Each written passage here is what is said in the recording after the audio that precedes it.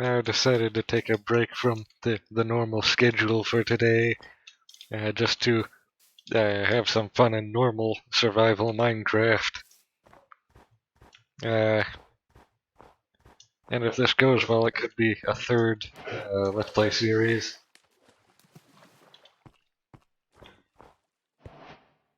Hmm.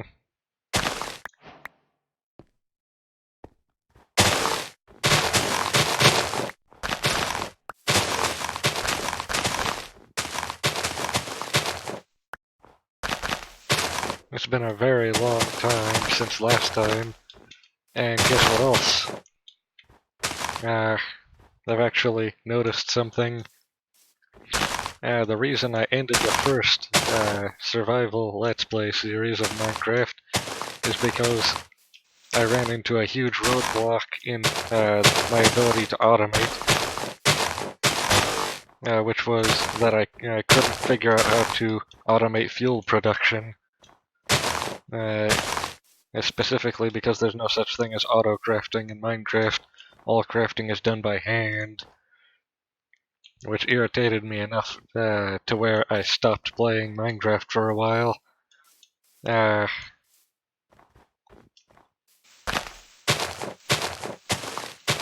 that's something that actually irritates me about Minecraft is how some things are just completely impossible. Without mods, that is.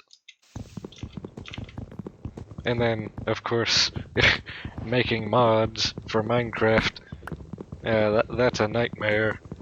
Not only do you need to figure out how to get the Java workstation functioning so that you can start making the mods, but then you actually need to make the mods in Java, I think.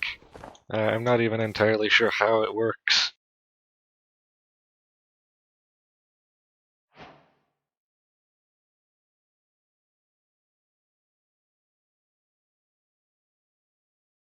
Uh, and I do programming sometimes. Programming in Lua and Python is difficult enough as it is. Using something like C or Java, I can't imagine what it would take, what kind of mind it would take to handle something like that for so long, and actually make something with it too. For me to do any modding, I imagine I would need uh, a, a cheat sheet of all of the API calls possible on hand at all times, and then even then I would need to look down at it every 5 seconds. I could do some quality of life improvement with just making functions with new names and a different way of handling them, and just attaching those more basic functions to it to make sort of my own standard. But that isn't the best solution either, and even that's difficult to get working. But worst of all, I guess what the problem becomes after that? Language syntax.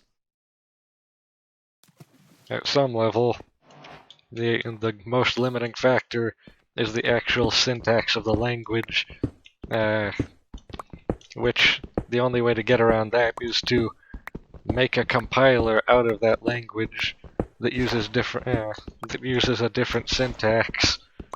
And at that point, you've basically invented a whole new programming language that just compiles to the first one, which could be considered a programming tool, just like the original programming languages were. In fact, assembly, I think the first programming language was just a number of I think 3-letter codes and some numbers attached to instructions in the machine. And that was just a programming tool to make programming slightly easier than what it was.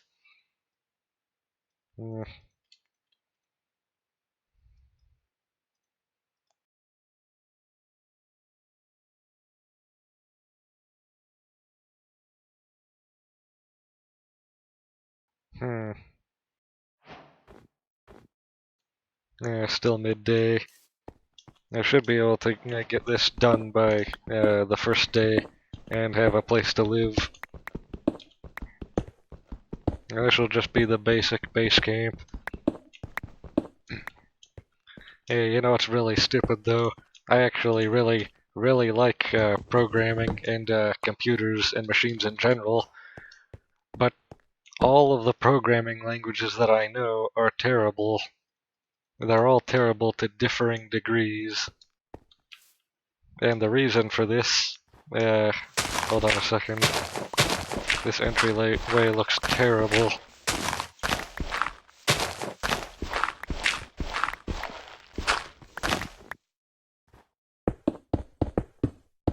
Hmm. Uh, yeah, that's starting to look somewhat better. Hmm. Have some kind of stylization like this.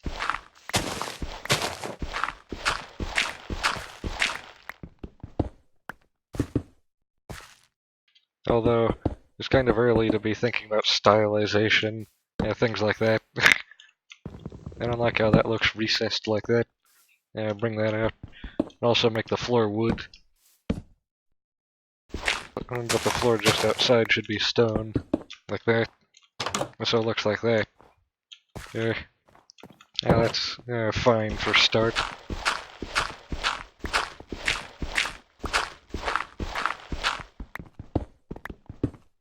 Now we also need logs for making charcoal, for making the first torches.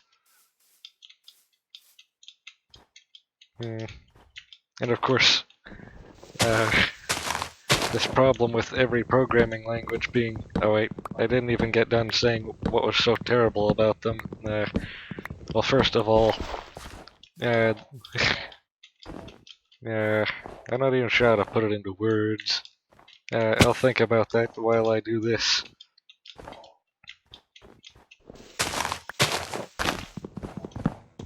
Oh yeah, the first thing is remembering all of the different things you need to remember in order to get the programming language to work.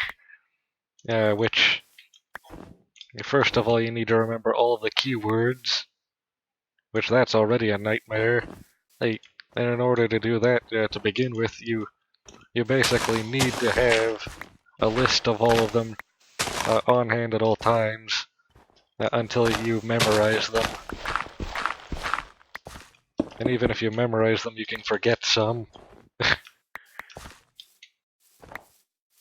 Which is especially a problem with complicated languages like, I think one of them is C++ or C sharp. Much more complicated than original C.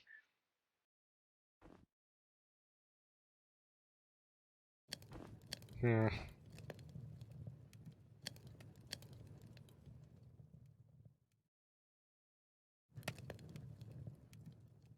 Of course, I've always found all of them to be really weird and unflexible.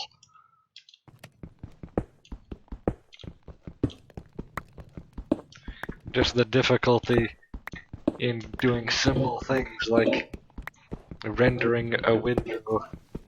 You need a separate library for that, a whole toolkit for rendering a window, one of the most basic things you would need a program to do. And usually you need either the same library or a similar one just for getting advanced, basic user input, because otherwise I think the only way you can input to a program is through the command line, typing in lines and entering them, and that you can't make anything very complicated out of something like that. Maybe a text adventure game, but that's it. Nothing else that I can think of, at least. And especially not high quality things. I actually tried my hardest to get something like that working earlier, much earlier. But of course the problem with that was uh, I ran into sort of a brick wall where I had the ability to print lines of text so I can have ASCII graphics and just have it print a new line every so often to have that be the render update. But then the bottleneck became the the user input, where the only way you can get input from the user is if they type something in and then enter. They can't even do single keystrokes, and for that you need the libraries. And of course, then the problem is finding out which libraries to use, how to use them, and that is like having a whole separate language you plug into the first one, when all you really need is very simple system function calls, just reading uh, the I/O bus, really, the I/O buffers of the computer. Although I think that's mostly a problem of me being used to the simpler computers, like the conceptual 8-bit computers, where everything is very simple and very straightforward. And so doing simple things is easy with them, but doing complex things is more difficult. Whereas with modern computers, you see the opposite is true. It's easy to do hard things, complicated things, but it's impossible to try to figure out how to do simple things. That's the first torch. Actually, yeah, I'm going to want to set the difficulty to hard because normal difficulty is just too relaxed for my taste.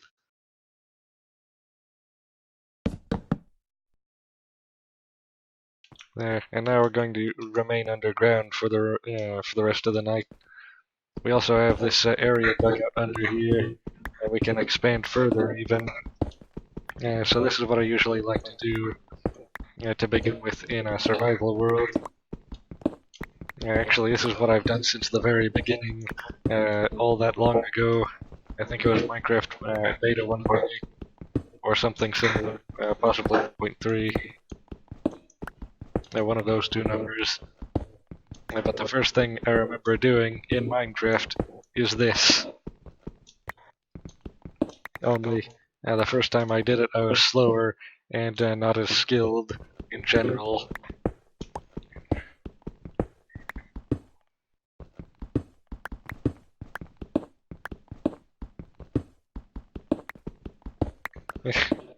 But for programming languages, having the user interface be separate from the core language, that doesn't even make any sense. Everything needs a user interface at some point, unless all you're doing is maybe, I don't know, having programs interface with each other, with function calls or something like that.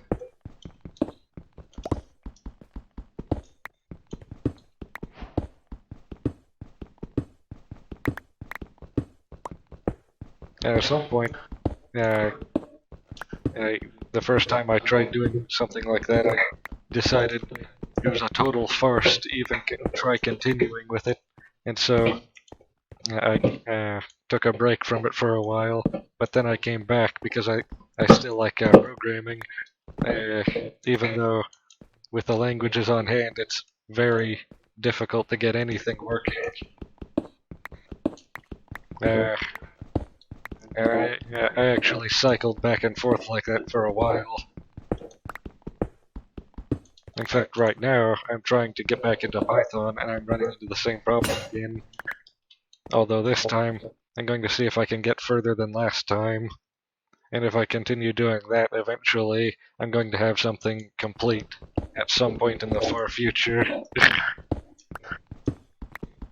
So this time I'm going to try using every strategy that I've invented since beginning. I'm going to try simplifying the function calls by giving the functions new aliases locally within the program, first of all, so that I can have a better user experience programming it. also going to be organizing things into blocks categorized by abstract concept, such as the initialization block of the code and the main loop. And within the main loop, there should be, I think, a computation phase and a render phase. And also maybe a user input phase just before the computation phase. And then those will have their own sub-blocks. I'm thinking about, to begin with, using Python TK interface, toolkit interface, or just TK inter, sometimes referred to as, to render some sprites in a window on a canvas, I think would work. And then perhaps try wiring a user interface to have it be like a very basic Pong or Space Invaders might be another one to try ripping off. Just as a starter project. And if that works, I might actually start making videos about it. There's no coal in here. Been digging for approximately 13 to 12 minutes. Which also means I think it's daytime now. No, it's very close to daytime though. I think I remember a whole day-night cycle being about 20 minutes. So from starting, it's now 16, I think. So in a few minutes, the sun should be finally rising again. And then, once that happens, we can make more progress above ground. But right now we're just banking up stone and trying to get the basics figured out. In fact, right now I think would be a good time to start tunneling a spiral staircase down so that we can get to the ore, or hopefully a cave, because caves expose a lot of the ore to the air so that you can see them without needing to dig through them. And if you've ever tried to find ore by accident, by just digging in a random direction, you'll know that it takes a long time and it's not very profitable, especially by comparison to caves. Unfortunately, the side effect of this is, since there's so much open air that's dark, not exposed to the light, easy for many things to spawn, most notably creepers. Those silent things that lurk around and explode. Yes. Also, trying to exercise even better coding practices than before by doing things like making very descriptive comments in the code to make sure that I can remember exactly what everything does, even into the far future, and also to make things much more visually apparent, similar to having landmarks.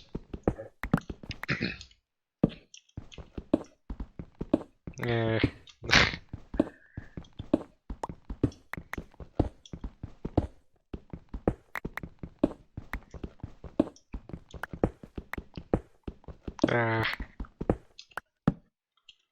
I wonder what the next roadblock is going to be, though. Right now, I don't actually currently remember what kind of combination of functions it requires to take user input in the form of keystrokes. But I'm sure I'll figure that out soon enough, and I'll need to in order to actually have anything working. First iron of the day. So this is going to go into being the first pickaxe, and so that will enhance our mining productivity, which will get us more iron, and so that will be a self-sustaining system. It has currently been almost exactly 20 minutes since starting, so now we should start going back up. Eventually we want to remove all these steps with ladders because I think they're faster, or something similar. I actually really hate spiral staircases. Instead, there should be a linear staircase. Those are much more efficient. Yes, it's daytime now. First thing we need to do is bank up wood from trees. Eventually we need to make a chest to start storing more items at a time.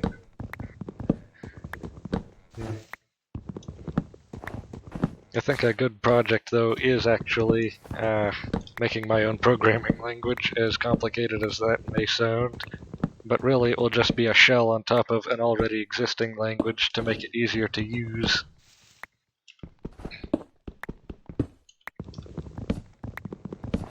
Which at that point, that's synonymous to sort of a carpenter making tools to help him do carpentry better, which makes a lot of sense. Yeah.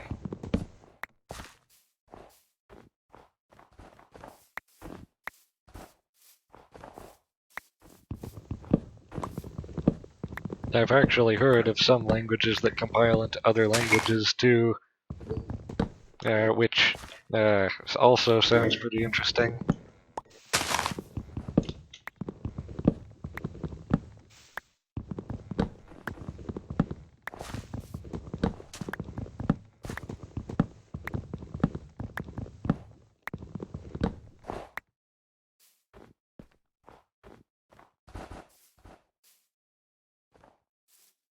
Hmm.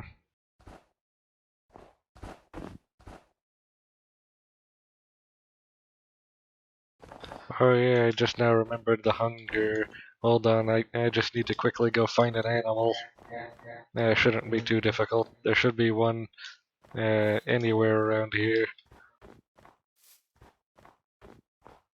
And then after that we can till an area to start producing wheat. The first product. We also should take some for later. Out here in the open, I should be able to see something more easily. In fact, over there, that looks like the perfect place to find something. Oh, there's something right now, actually. Yeah, that was pretty easy. Alright, so I'll just kill a few of these, and then later I'll come back for them with wheat in order to bring them to the corral later. And I only need 2 if I'm going to be bringing them back and replicating them. So I'll leave those 2. And I'll also keep searching for other things. There's a pig. Pigs, you see, are not useful for anything except for their meat. They don't even produce leather like they logically should.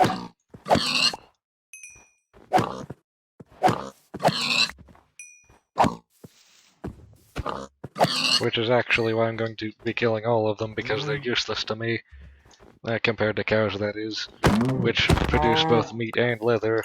Leather being the core product required for making books, which are a necessity later on. There, that should be enough to begin with. And now I can just go back pretty easily.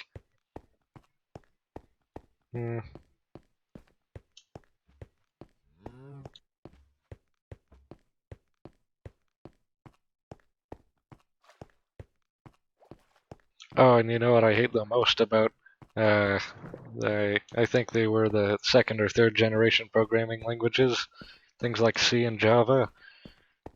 First of all, the thing I hate the most is the semicolons, for obvious reasons. A compiler that sees where a semicolon should be, it doesn't put a semicolon there to make the code work.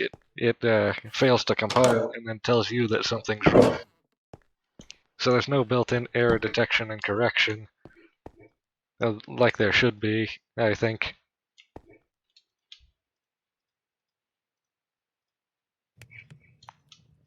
There, that's to begin with. And then we can do the iron. And the iron will help us make a pickaxe to help us find coal to get more things smelted. And then the sand here can help us make glass later.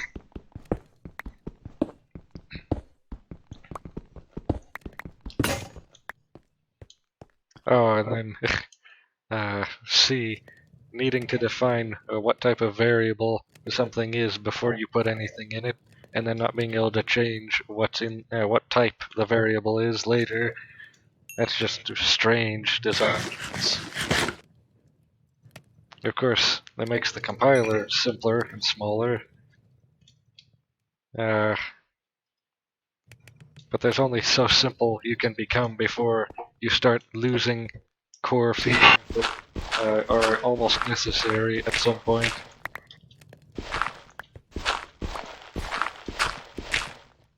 I think this entire island I'm going to turn into one giant fort. Let's actually take a look at what we're working with here. So, yeah, this is just an island here, and it looks big enough to house one small fort that we're just now tunneling out. Or digging out, actually, at this point. Tunneling is different than digging. Or from digging, I think is correct syntax.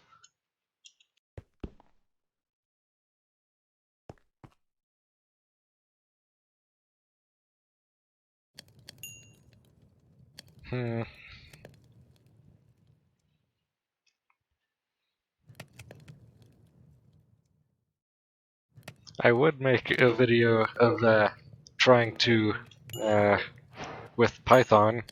However, the problem with that is the video would be 50% me looking up function names and what they do. Function names and definitions, I think, would be the correct terminology. And also 50% my code not compiling because I did something wrong and I'm trying to figure out what it is. So that wouldn't be fun until I get better at programming. At least in Python, that is. I'm actually naturally good at programming. It's just that for each language you have colloquialisms or local dynamics that only apply to that language. And even small things can make a big difference.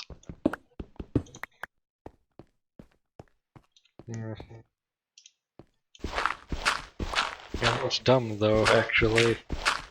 For getting user input by keystrokes, you should just be able to easily call to the system's global IO variables, which I am almost entirely sure that it has, because otherwise how would it take user input? Yeah, and it could just forward that to the program. I think that would be the logical way to do it. Yeah. How would I want this area to look here? Because it's kind of unfantastic to have that just lying there.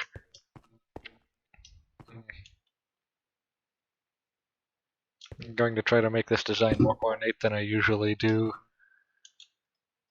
Although I'm not sure how I'm going to accomplish that. A good start would having this be like this here. Like before, only further in. And then... I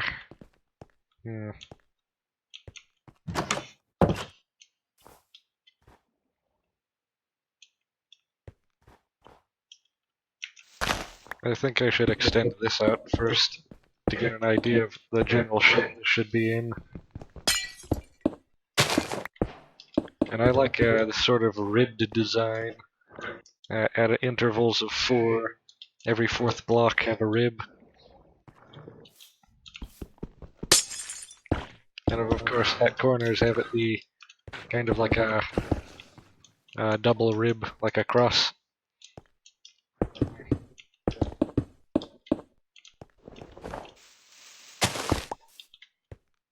But of course there will be times when I can't have that pattern work anymore because we'll have something that isn't yeah, multiples of 4 or something weird like that, where the pattern will cease to apply,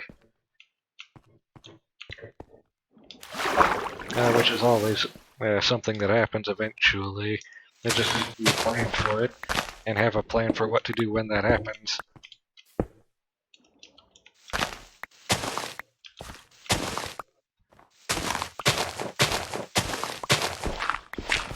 This will look better. Last time I did a Let's Play, I didn't actually try to make it look good. I tried to make it look as stupid as possible, just for fun, and it worked. Just looking at it, it made me furious each time. However, at the same time, it was also somewhat well designed, which made it kind of a paradox. There, look at that. And then at the bottom here, we can have this to make it look even better. And then this here. There. And then that's to begin with. Kind of weird though to have such a small door in such an otherwise large entryway. I can fix that later though. And now would be a good time to make a chest. I don't want to be carrying all of this garbage around everywhere. That can go in the storage area, which is now going to be over here in this portion that I just made. And I'm going to be roofing this so that nothing drops in. Yes, at this level.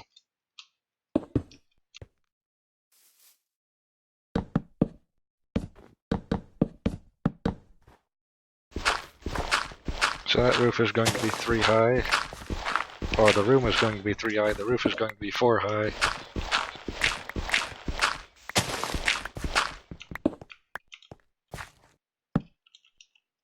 And then we can also make this corrected. And then we can have this be here and put all of this in it. Things we're not going to be using.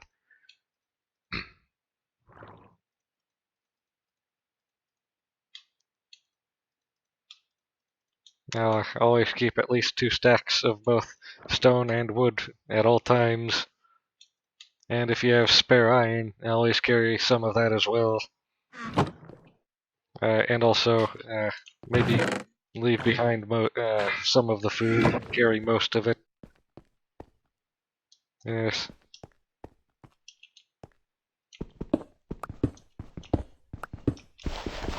Oh yeah, and another problem I always had with programming languages is with almost every one of them, instead of having a difficulty curve, it has a difficulty cliff or chasm even in some cases,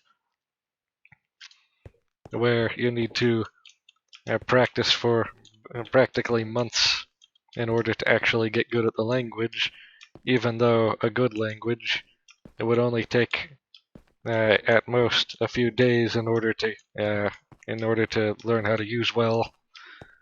And after that point, the imagination of the programmer is the bottleneck. The language itself should never be the bottleneck, it should be the programmer. Because otherwise it's a bad language. They say a bad workman blames his tools, and that's true, but that's not to say that a good workman doesn't also do that, and also, in their case, be correct. You just try pulling screws out of a washing machine with a hammer sometime. If you do get it working, it's not going to work well, it's going to work poorly. Oh look, redstone already. So yeah, we can already start building a redstone computer. Just have nowhere to put it. Oh, but wait, we still lack things like iron for pistons and quartz for things like observers. So that's actually not going to be very viable until much later. Going to need... oh yeah, I turned all the logs into planks so I can't make any charcoal, which means I need to find coal now. Which means it's going to get really dark for a second here. Oh, look at that. Fortunately, I know exactly what to do in this case. Let's see if we can see anything in here. It's really just too dark to see anything, which is the problem. Actually, hold on a second. Here.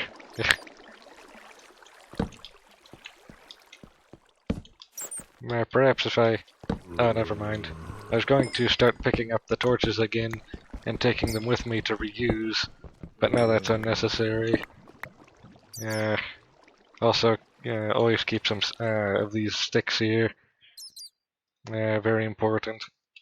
In these three boxes to the right, I always keep planks, sticks, and coal all right next to each other like that. And it's been that way for years.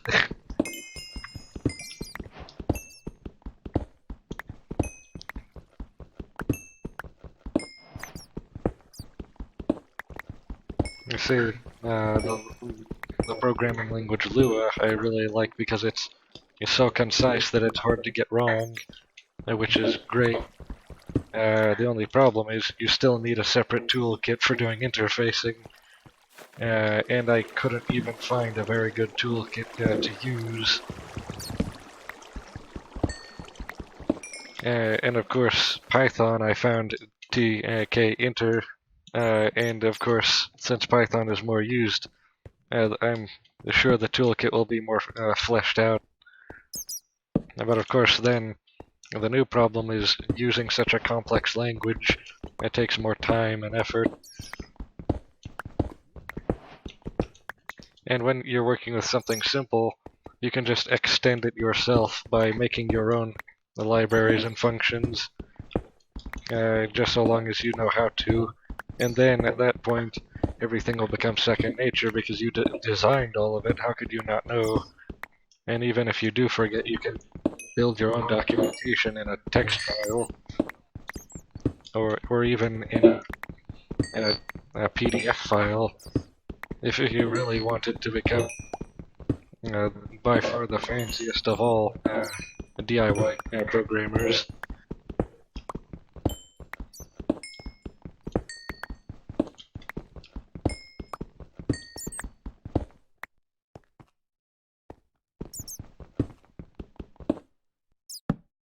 There's just a lot of bats in here, not really very much else, thankfully. Yeah, there's something though. Just behind that wall, which would indicate that I'm going to stay on this side of the wall for right now.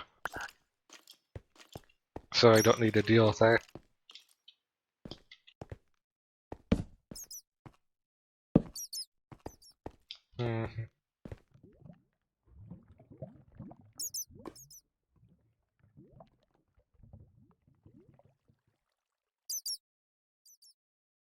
There.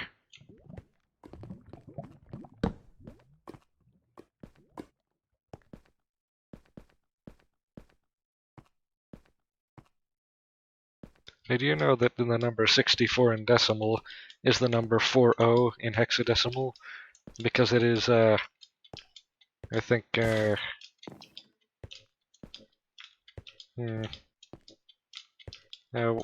which power of 2 is it again? I think it's the 6th power of 2. Yeah.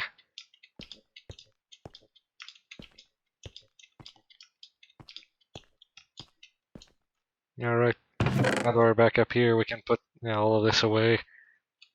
Now we don't need to bring that back out and smelt it until we run out of iron and this bag here.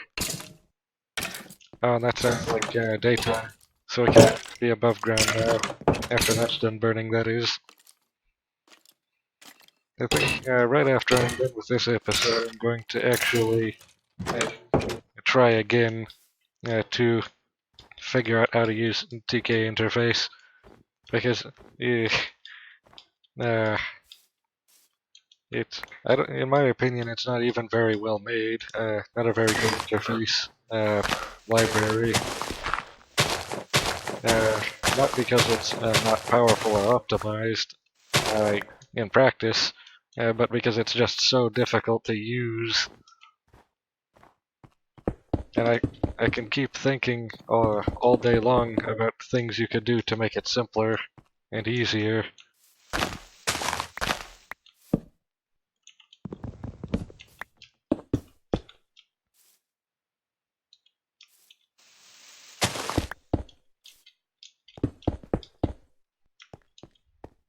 For instance, building in less functionality so that the user doesn't need to memorize all of these weird different built-in functions. If they needed something higher level, they can build it themselves easily, and then they won't need to figure out the convention that's already there for it.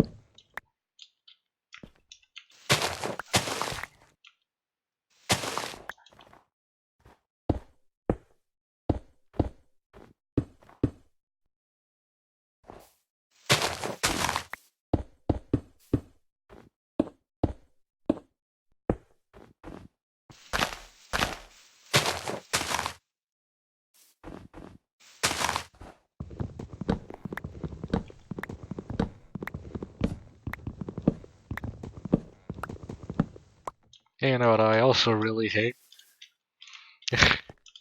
Function names that are a single word long that still have the first letter capitalized.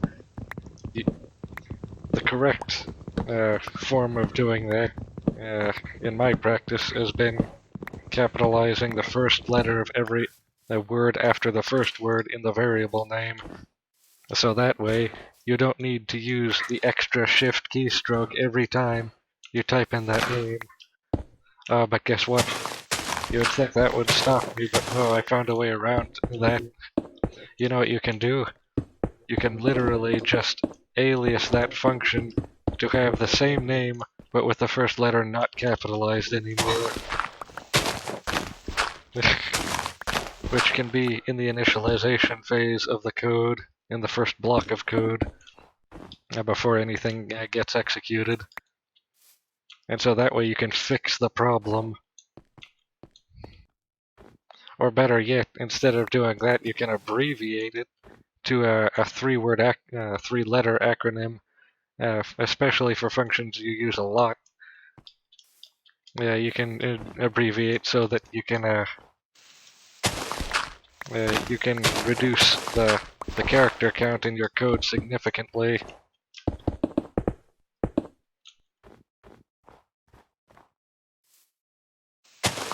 And it's things like that that allow you to go even further.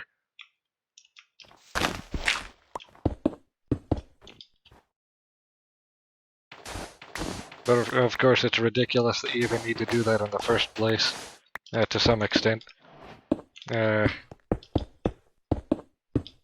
You couldn't possibly expect every function to have a three-letter name, though, especially and not when you're dealing with a lot of functions. I actually prefer global functions to be verbose and have longer names that are more descriptive. But then, what's the word again?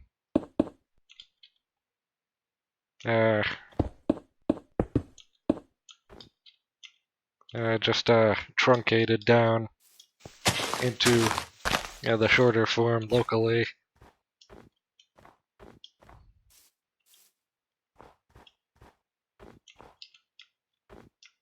But of course, I also know that there's a lot of programmers that disagree with me about a lot of these things, which is good, actually. They shouldn't need to program in a way that they don't prefer either.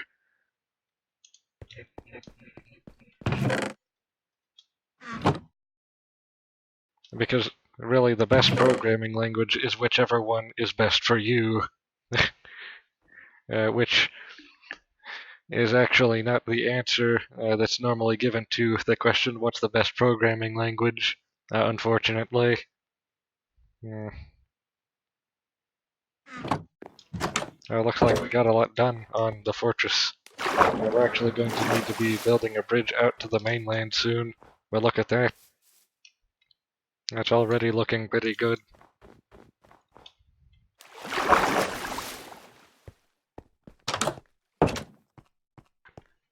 Hmm. Yeah, I should end the episode here. It's getting long. Today, I've decided to take a break from 2 uploads a day because it's been quite taxing.